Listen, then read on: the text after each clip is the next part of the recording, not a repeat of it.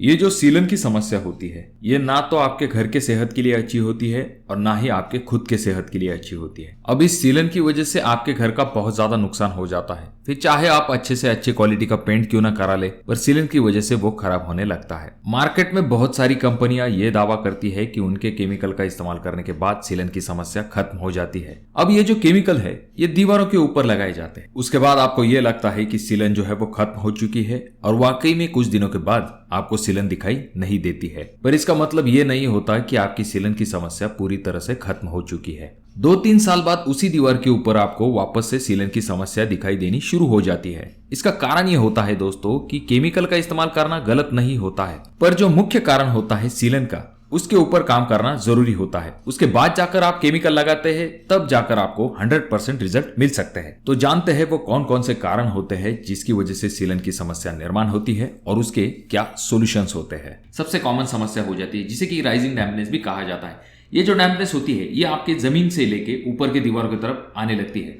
इसका सबसे main reason ये हो जाता है कि जो आपने मटेरियल फील किया होता है उसके अंदर जो है पानी घुस जाता है और जो है आपकी दीवारों से होता हुआ ऊपर की तरफ आता है, जिसे कि कैपिलरी एक्शन कहा जाता है।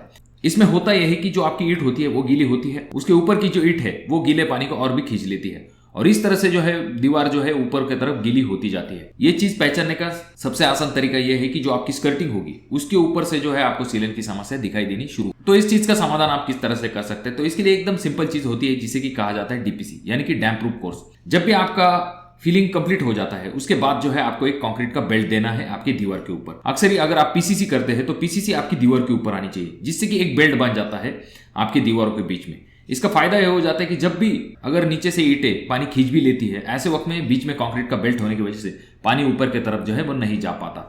तो ये मुख्य फायदा आ जाता है डीपीसी का। इस वजह से आपकी सीलन की समस्या जो है आगे चल के बढ़ नहीं पाती। अगला पॉइंट आ जाता है जो कि बाथरूम के रिलेटेड। अक्सर आपने देखा होगा कि बाथरूम में बहुत ज्यादा पानी का इस्तेमाल होता है। अब जब पानी का बहुत ज्यादा इस्तेमाल हो जाता है, ऐसे वक्त में जो आपकी टाइल्स होती है उनके बीच के जो गैप्स होते हैं उनमें पानी जो है वो चला जाता है। ये पानी जो आगे चल के नीचे चला जाता है उसे दीवारें खींच लेती है और आपकी डैम्पनेस की समस्या जो है वो शुरू हो जाती है। होता यह है कि जो हनी ट्रैप के जो कॉर्नर्स होते हैं वो अक्सर खुल जाते हैं, तो उसके पास से जो है पानी ज्यादा करके नीचे चला जाता है, क्योंकि आपका बाथरूम का ऑलरेडी स्लोप भी हनी ट्रैप की तरफ होता है। वो जो गैप होगा हनी ट्रैप और टाइल इन दोनों के बीच में, उसे आपको सीमेंट से भर देना है। इससे फायदा यह होगा कि पानी नीचे की तरफ नहीं जाएगा। अगला पॉइंट आ जाता है जो कि है प्लम्बिंग लाइन के रिलेटेड। अब जब भी आप प्लम्बिंग करते हैं ऐसे वक्त में अच्छे क्वालिटी का प्लम्बिंग मटेरियल इस्तेमाल कीजिए। आपकी जो प्लम्बिंग लाइन होगी उनका आप एक बार टेस्टिंग करवा लीजिए, जिससे कि आपको पता चलेगा कि कहीं पर लीकेज है या नहीं। अगर लीकेज की समस्या होती है ऐसे वक्त में वो आगे चल के सीलन का रूप धारण कर सकती है। अब यहाँ पर आपको आपकी प्लम्बिंग लाइन जो है उन्हें क्लियरली चेक कर लेना है। जो आपके बाथरूम के आसपास जो डैम्पनेस आती है इसे पहचानने का सबसे मेन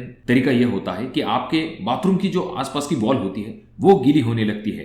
तब आप ये चीज समझ लीजिए कि ये जो आपकी सीलिंग की समस्या उत्पन्न हो रही है ये आपके जमीन से नहीं हो रही बल्कि आपके बाथरूम से हो रही है। अब ऐसा नहीं है दोस्तों कि हर बार जो है समस्या जो है बॉटम से ही आए। कभी कभी होता यह है कि टॉप से यानी कि आपकी जो छत होती है वहां पर भी सीलन की समस्या शुरू हो जाती है। अक्सर जो आपकी छत होती है वहां पर पानी जो है एक जगह पर इकट्ठा हो जाता है और वो दीवार से होता हुआ या फिर आपके स्लैब से भी नीचे आ सकता है, क्योंकि सालों साल तक वहां पर पानी जमा होता है जो कि आगे चल के स्लैब से नीचे आ सकता है। तो इस चीज से अगर आप बचना चाहते हो, ऐसे वक्त में आपके जो रेन वाटर पाइप होंगे उनसे आपका पानी जो है वो नीचे चला जाना चाहिए। स्लैब के ऊपर कहीं पर भी आपका पानी जो है वो जमा नहीं होना चाहिए। और अगर आप वाटर प्रूफिंग कर लेते हैं तो ये तो अच्छी बात हो जाएगी आपके स्लैब के लिए। अगला पॉइंट आ जाता है जो कि है वाटर सोर्स।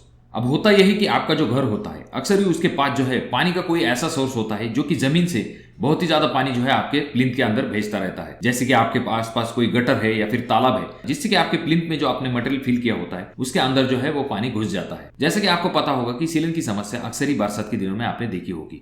अगर प्रॉपर तरीके से वेंटिलेशन नहीं है तो वहां पर अगर हवा खेलती नहीं है, ऐसे वक्त में होता यह है कि जो वॉल डैम्प होती है वो जल्दी सूख नहीं पाती और ये जो डैम्पनेस होती है वो बढ़ती जाती है। तो इस वजह से आपके घर में अच्छा खासा वेंटिलेशन होना चाहिए। जैसे कि मैंने आपसे पहले पॉइंट में कहा कि वेंटिलेशन की वजह से आपकी सीलन की समस्या थोड़ी सी कम हो जाती है। उससे भी थोड़ा सा कम करने का काम जो है आपका सनलाइट करता है। अगर आपके घर में प्रॉपर तरीके से सनलाइट आती है ऐसे वक्त में डैम्पनेस थोड़ी सी कम हो सकती है। तो ये चीजों का अगर आप ध्यान रखते हैं तो डेफिनेटली आपके घर की जो सीलन की समस्या है जो है उससे आप छुटकारा पा सकते हो। और जब आप इन चीजों को ढूंढ लेते हैं और उसके बाद उसके ऊपर काम करते हैं और आगे चल के जब आप अपना कोटिंग करते हैं या फिर कोई और चीज करना चाहते हैं या फिर वहां पर प्लास्टर करवाना चाहते हैं, पेंट करवाना चाहते हैं, तो इस चीज का आपको एक प्रॉपर तरीके से सोल्यूशन मिल पाता है। तो ये था आज का वीडियो। अगर आपके कोई सवाल है तो कमेंट बॉक्स में कमेंट जरूर कीजिए और ये वीडियो आपको अच्छी लगी हो तो जरूर इसे लाइक कर दीजिए। और अभी तक आपने चैनल को सब्सक्राइब नहीं किया दोस्तों तो कैसे चलेगा, चैनल को जरूर सब्सक्राइब कर दीजिए और वीडियो पसंद आने पर इसे लाइक जरूर कीजिए। तो मैं मिलूंगा आपको अगले वीडियो में, तब तक के लिए धन्यवाद।